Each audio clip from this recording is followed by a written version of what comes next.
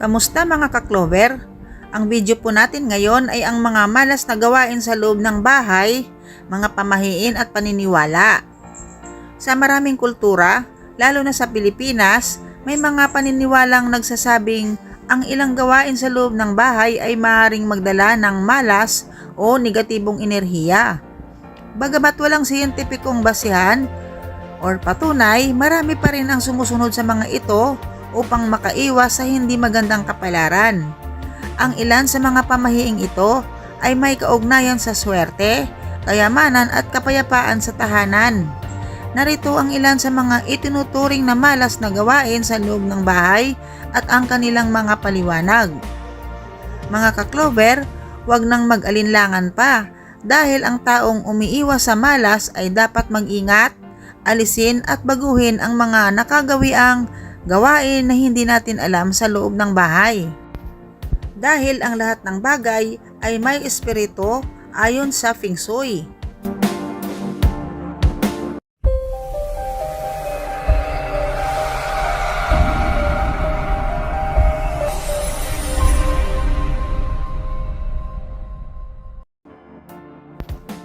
Number 1, ang paniniwalang malas ang pagsaguri ng kamay sa mga tirang pagkain sa lamesa ay isang pamahiin na ipinapasa mula sa matatanda. May ilang paliwanag kung bakit ito itinuturing na hindi maganda. Yun ba pong pagkatapos nating kumain, di ba sa lamesa po hindi natin maiwasan yung mga momo na tinatawag, yung mga tinik, yung mga natatapon na kanin. Kapag tayo po ay kumain, lalo na po pagka may mga bata, no? Pupunasan natin yan para maging malinis yung lamesa. Ngayon, dati po talaga nakasanayan ko rin po yan na yung sinasahod ko lang ng kamay pag pinupunasan ko ng lamesa, kapares po nito. Yan, ganyan ang ginagawa ko noon. Pero nung malaman ko na masama pala, dapat pala pag nagpunas kayo ng mumo o tira-tirang pagkain sa lamesa, ay sasahurin po ng pinggan, hindi po yung palad natin o yung kamay natin. Sa maraming kultura, lalo na sa Pilipinas, ang maayos na pagkain at tamang asal sa hapagkainan ay mahalaga. Ang pagsaguri ng kamay sa mga tira-tirang pagkain ay maaring ituring na bastos o hindi magalang. In short ay malas. Ayon sa ilang matatanda, ang paggawa nito ay parang pagsasalaula sa biyaya ng pagkain, kaya maaaring magdulot ng malas o kahirapan. May paniniwala rin na ang pagwawalis ng pagkain gamit ang kamay ay parang pagtaboy sa swerte. May ibang paniniwala na ang pagkain ay hindi dapat basta-basta itinatapon o ginagalaw ng walang ingat dahil maaaring may mga espiritong nagmamasid. Ang pagsaguri ng kamay gamit ang kamay ay maaaring hindi magustuhan ng mga nilalang sa paligid at magdala ng malas. Ang pagsahod ng mga tirang kanin sa lamesa habang nililinis ito ay may iba't ibang simbolo at kahulugan ayon sa pamahiin at kultura. Pag-ipon ng kahirapan. Sinasabi ng matatanda na ang pagsahod ng tirang kanin gamit ang kamay ay maaaring magdala ng malas o kahirapan. Para itong pagsasanay ng sarili sa kakapusan na parang iniimbita ang hirap sa buhay. Pagtaboy ng swerte. Ang bigas o kanin ay sumisimbolo ng kasaganaan at biyaya. Kapag ito ay hindi maingat na winalis o ginamit ang kamay sa pagsahod, maaaring mawala ang swerte ng pamilya at humantong sa financial struggles. Kawalan ng paggalang sa biyaya. Sa kulturang Pilipino, ang pagkain ay biyaya mula sa Diyos. Ang hindi maayos na paglilinis nito ay maaaring itinuturing na kawalan ng respeto sa grasya, kaya maaaring magdala ng malas. May mga paniniwala sa espiritu ng bahay. May paniniwala rin na ang may mga engkanto o espiritu sa bahay na nagbabantay sa pagkain. Kapag hindi wasto ang paglilinis ng tirang pagkain, maaaring maistorbo ang mga ito at magdulot ng di magandang enerhiya sa tahanan. Upang maiwasan ang malas, mas pinipili ng iba na gumamit ng basahan at isahod sa plato o daspan sa paglilinis ng tirang kanin sa lamesa sa halip na kamay. Totoo po ito mga ka-Clover.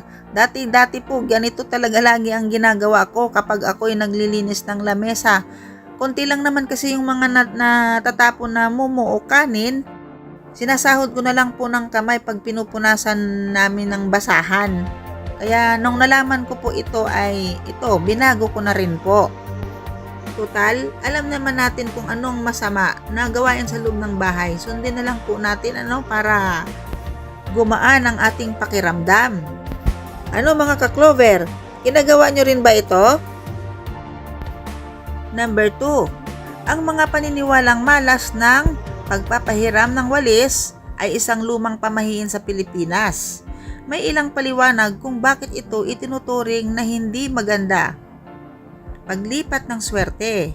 Sinasabi na kapag nagpahiram ka ng walis, lalo na kung ito'y ginagamit sa pang-araw-araw na paglilinis ng bahay, maaaring mawala rin ang iyong swerte at mapunta sa iba. Pagtaboy ng kayamanan. Ang walis ay madalas na inuugnay sa paglilinis ng bahay mula sa dumi at negatibong enerhiya. Kapag ito ay pinahiram, para mo na ring inililipat ang iyong kayamanan o swerte sa iba, kaya't maaaring magdala ng kahirapan. Masamang enerhiya. May paniniwala rin na ang walis ay may dalang enerhiya mula sa tahanan ng may-ari. Kung ito ay ipapahiram, maaaring sumama ang negatibong enerhiya umala sa taong humiram. O kaya naman ay maapektuhan ang tahanang pinagmulan ng walis. Gets nyo ba mga ka-Clover? Kaya't huwag po magpahiram agad-agad bilang simbolo ng proteksyon. Sa ibang kultura at paniniwala, ang walis ay ginagamit din bilang panangga laban sa masasamang espiritu. Ang pagpapahiram nito ay parang pagpapahina ng proteksyon sa iyong bahay. Upang maiwasan ang malas, may iba pang paniniwala na dapat daw bumili ng bagong walis kaysa humiram.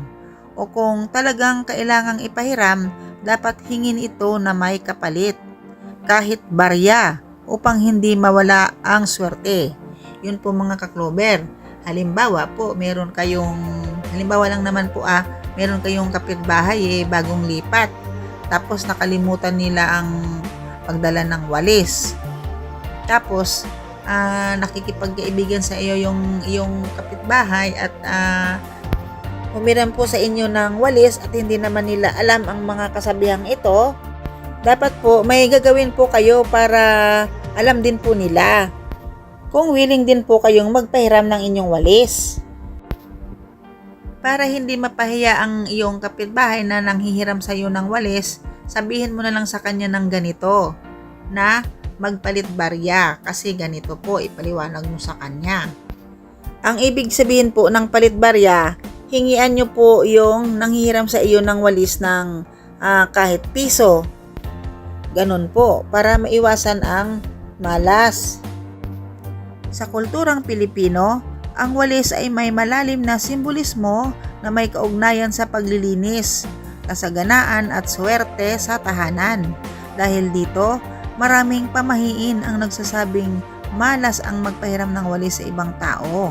Ang walis ay sumisimbolo ng paglilinis ng negatibong enerhiya sa bahay.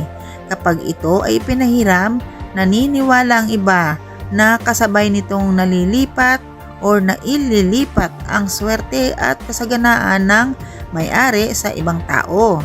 Ang walis ay itinuturing na panlinis hindi lang ng dumi, kundi pati ng malas at masasamang espiritu. Ang pagpapahiram nito ay maaaring magpahina sa proteksyon ng bahay laban sa negatibong enerhiya.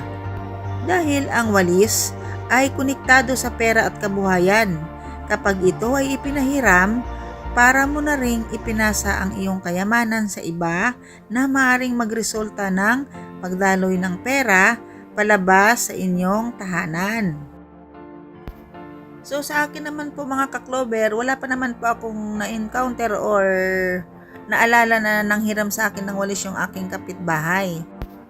Para sa akin naman po ay okay na po yon, kasi noon talaga hindi ko rin po talaga alam yan. Ngayon po mga ka-Clover, ngayong alam nating masama po yan, iwasan na lang po natin, ano?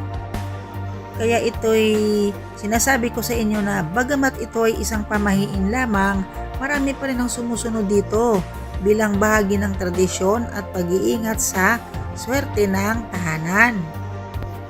Number 3, ang paggawa ng basahan sa ating mga lumang damit. Baka po ginagawa nyo ito mga ka-Clover. Ang lumang damit na hindi na sinusuot ng inyong mister o kaya ng inyong misis or mga anak or lahat ng membro sa loob ng inyong bahay, ay huwag na huwag nyo pong gawing basahan o pamunas sa inyong sahig ang mga lumang damit nang ganun-ganun lang. Dapat po meron kayong gagawin kung hindi maiwasan ito. Kaya gaya ng sinasabi ko po sa inyong mga ka-Clover, marami pa akong gustong i-share sa inyong mga tips na hindi nyo alam at hindi ko rin to alam talaga dati. Napakarami ko pong ginawang hindi tama sa aming loob ng bahay. At sure din po ako mga ka-Clover, maging kayo din po, marami din po kayong walang alam na mga maling gawain sa loob ng inyong bahay, no? Kung may mga luma po kayong mga damit na nakatambak lang po sa inyong bahay, kung maaari ay ipamigay nyo na lang po. Kung ito naman ay pwede pang pakinabangan ng iba. Pero kapag yung lumang damit nyo ay sobrang luma na talaga, syempre nakakahiya naman na ipamigay pa po natin, di ba? So, meron pa tayong ibang option. Kapares ng ginagawa ko dati, as in, gawain ko talaga. Dahil ang mga lumang damit, ginagawa ko po itong basahan talaga. Siyempre, nanay po tayo at recycle na rin. Ang masama po ay hindi ko po ito ginugupitan. Dapat po, kung hindi natin maiwasan na gawing basahan ang ating mga lumang damit, ay dapat po nating gupitan ang kanyang kwelyo kung may kwelyo po, o kahit yung sa liig niya, basta bawasan nyo lang po. At ganun din po sa kanilang manggas. Kung wala mang kwelyo at manggas, gupitan nyo pa rin po. Dahil ang paniniwalang malas ang paggawa ng basahan mula sa lumang damit ay isang pamahihina na ipasa mula sa matatanda. Narito ang ilang posibleng dahilan kung bakit ito itinuturing na hindi maganda. Pagpapababa ng swerte. Sinasabi na ang damit ay may natitirang enerhiya mula sa taong nagsuot nito. Kung gagawin itong basahan, para mo na ring ginugulong sa lupa ang iyong swerte at dignidad. Pagtulad sa kahirapan. May paniniwala na ang paggamit ng lumang damit bilang basahan ay sumisimbolo ng pagbagsak sa kahirapan. Para itong pagsasanay ng sarili sa hirap ng buhay. Kaya maaaring magdala ng malas o patuloy na kakapusan sa pera. Paggalang sa ari-arian. Sa ibang kultura, ang damit ay itinuturing na mahalaga dahil ito ay bahagi ng isang tao. Ang paggawa nito bilang basahan ay maaaring ituring na kawalan ng respeto sa pinapaguran o pinagpaguran upang mabili ito. May mga paniniwala din na ang damit ay may natitirang enerhiya mula sa dating may-ari. Kung ito ay gagawing basahan, maaaring magdala ng negatibong enerhiya sa bahay o makaakit ng masamang espiritu. Bagamat ito ay isang pamahiin lamang, marami pa rin ang gumagawa ng basahan mula sa lumang damit dahil ito ay praktikal at isang paraan ng pagre-recycle. Kung naniniwala ka sa malas, maaaring mas mainam na ibigay na lang ang lumang damit katulad ng sinabi ko kanina, o kaya may paraan na gupitan ang manggas at kwelyo nito. Meron ding iba pang paraan. Hugasan at linisin muna. Siguraduhing malinis ang lumang damit bago ito gawing basahan upang maalis ang anumang negatibong enerhiya o malas na maaring makakakapit dito. Huwag gamitin ang damit ng yumao. May paniniwala na ang mga damit ng taong pumanaw ay may natitirang negatibong enerhiya. Mas mainam na itapon na lang ito. Kung Kung nais nyo po talagang gawing basahan dahil sa nanghihinayang kayo, meron naman pong iba pang dapat gawin. Bigkasin ng isang dasal o panalangin. Para sa iba, isang dasal o simpleng hiling ng positibong enerhiya ang makakatulong upang maiwasan ang malas. Imbis na gamitin sa labas ng bahay o maruruming lugar, maaaring gamitin muna ang basahan sa loob ng bahay upang hindi mailabas ang swerte. Yon ang tamang paraan. Gawing kapaki-pakinabang ang inyong mga lumang damit. Kung iniisip mong malas ito, maaari mo itong gawing pampunas sa mga bagay na may kaugnayan sa trabaho o negosyo upang ang malas ay mapalitan ng sipag at tiyaga. Bagamat ito ay mga pamahiin lamang, mas mahalaga pa rin ang pananaw ng isang tao. Kung iniisip mong malas ito, maaaring makaapekto ito sa pananaw mo sa buhay. Pero kung iniisip mong ito ay isang paraan ng pag-recycle at pagiging praktikal, gawin natin ang mga paraan para maiwasan ang malas na maaaring idudulot nito. Ano ang dahilan kung bakit kailangan nating putulin ang manggas o kwelyo ng ating damit para maiwasan ang hindi magandang kapalaran? May ilang paliwanag kung bakit ito ginagawa. Pag-alis ng dating anyo. Ang kwelyo at manggas ay nagpapakita na ito ay isang damit. Sa pamamagitan ng paggupit, tinatanggal mo ang dating anyo nito upang hindi na ito magdala ng malas o negatibong enerhiya. Pagputol ng koneksyon sa nakaraan. May paniniwala na ang lumang damit ay may dalang enerhiya mula sa dating may-ari.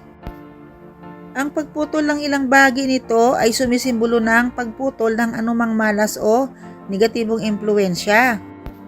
Mga simbolismo at kahulugan. Pagbababa ng katayuan sa buhay. Ang damit ay sumisimbolo ng pagkatao at dignidad. Ang paggawa nito bilang basahan ay tila pagsasakripisyo ng dating halaga ng isang bagay na maaaring iugnay sa pagbagsak ng estado sa buhay o kahirapan. Ang lumang damit ay may natitirang enerhiya mula sa taong gumamit nito. Kung ito ay gagawing basahan, maaaring magdala ito ng malas o negatibong enerhiya sa tahanan. Bagamat ito ay isang pamahiin lamang, nasa tao pa rin kung maniniwala o hindi. Sa praktikal na pananaw, ang paggawa ng basahan mula sa lumang damit ay isang matipid at makakalikasang paraan ng pagre-recycle. Ngunit lagi po nating tandaan, ang lahat ng bagay dito sa mundo ay merong kahulugan at simbolismo at may espiritu. Kaya't kung ayaw nyong malasin, katulad ng mga ginagawa ko dati na marami akong hindi alam sa mga bagay na nagdudulot pala ng malas at swerte ang mga bagay na naalala ko dati, sobrang hirap talaga ng aming buhay mag-asawa na kahit anong kayod namin ay para lang dumadaan sa mga palad namin ng pera na hindi namamalayan. At ito pa, mas matindi mga kaklover. Kapag ginawa mo raw ang lumang damit ng iyong asawa, ay matatalo mo siya. Ibig sabihin, hindi ka basta-bastang maliitin o ipakababa ng asawa mo na siyang may-ari ng damit. Ang ibig sabihin ay maaaring maging sunod-sunuran ang may-ari ng damit sa iyo. In short, ikaw ang masusunod, hindi yung may-ari ng damit. Hindi man ito magandang gawain, ngunit ito ang maaring mangyayari kapag ginawa mong panglampaso o pamunas ang damit ng iyong asawa. Kaya't payo ko sa inyo, mag-ingat at alamin ang mga bagay sa loob ng inyong bahay para hindi magdala ng negatibong pangyayari sa loob ng inyong bahay. Na para bang matatalo mo ng dungan ng iyong asawa. Na ang ibig sabihin ng dungan ay ang di nakikitang puwersa o lakas katulad ng tinataglay ng espiritu at nagbibigay halaga sa isang may buhay. Kasama na rito ang kapangyarihang isagawa ang isang bagay or willpower, karunungan, wisdom at katalinuhan, intelligence or maging ang kakayahang sumakop at kumimbinsi ng ibang tao. Yun po ang mangyayari sa asawa mo kapag ginawa mong pamunas ang kanyang lumang damit kapag wala kayong gagawin rito. Kaya ito po ang tandaan nyo mga ka-Clover, hindi lang po dahil sa pera ang mga pamahiin, kasabihan at feng shui, kundi sa lahat ng bagay na maaring magdala sa atin ng swerte o malas sa ating pamilya. Bagamat ang mga pamahiing tungkol sa malas na gawain sa bahay ay bahagi na ng ating kultura, mahalaga pa ring tandaan na ang tunay na swerte at kasaganaan ay nakasalalay sa ating sipag, tiyaga at positibong pananaw sa buhay. Maaring sundin ang mga paniniwalang ito bilang paggalang sa tradisyon, ngunit mas mainam na mag-focus sa pagpapamanatili ng kaayusan, kasipagan at pagmamahalan sa loob ng tahanan. Sa huli, ang isang maaliwalas at masayang bahay ay nabubuo hindi lang sa pag-iwas sa malas, kundi sa pagiging mabuting tao at positibong pagtingin sa buhay.